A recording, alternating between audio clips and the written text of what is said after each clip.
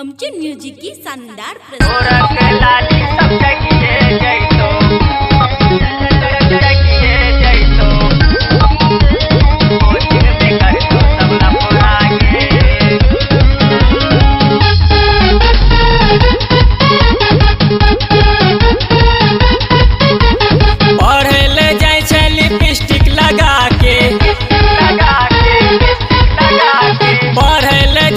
Lipstick लगा के पेनी के छोट छोट कपड़ा गे हाँ कपड़ा गे ढोरक लाली सब चटिए जैतो कोचिंग में करतो सब लफड़ा गे ढोरक लाली सब चटिए जैतो कोचिंग में करतो सब लफड़ा गे बुझली कि नहीं गे।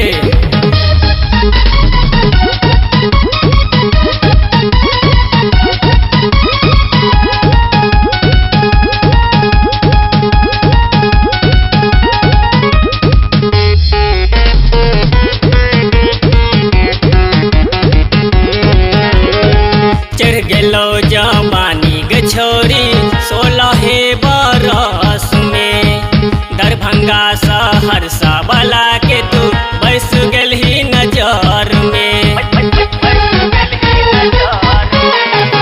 चढ़ गेलो जवानी गे छोरी 16 बरस में दरभंगा सहरसा वाला के तू बैस गेलही नजर में। टोला महला में चर्चा करै छौ बनल छौ बॉडी तगड़ा गे हाँ तगड़ा गे ढोरक लाली सब चटिए जैतो कोचिंग में करतो सब लफड़ा गे ढोरक लाली सब चटिए जैतो कोचिंग में करतो सब लफड़ा गे बुझले।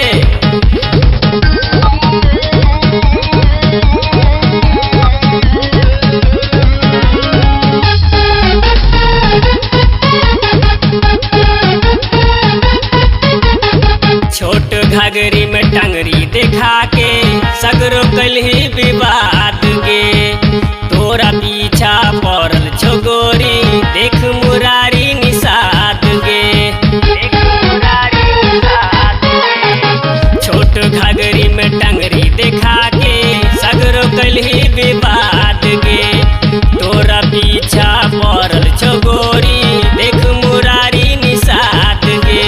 सुरेंद्र मुखिया प्यार करेले कोचिंग में करतो झगड़ा गे हाँ झगड़ा गे ढोरक लाली सब चटिए जैतो कोचिंग में करतो सब लफड़ा गे ढोरक लाली सब चटिए जैतो कोचिंग में करतो सब लफड़ा गे बेच करी।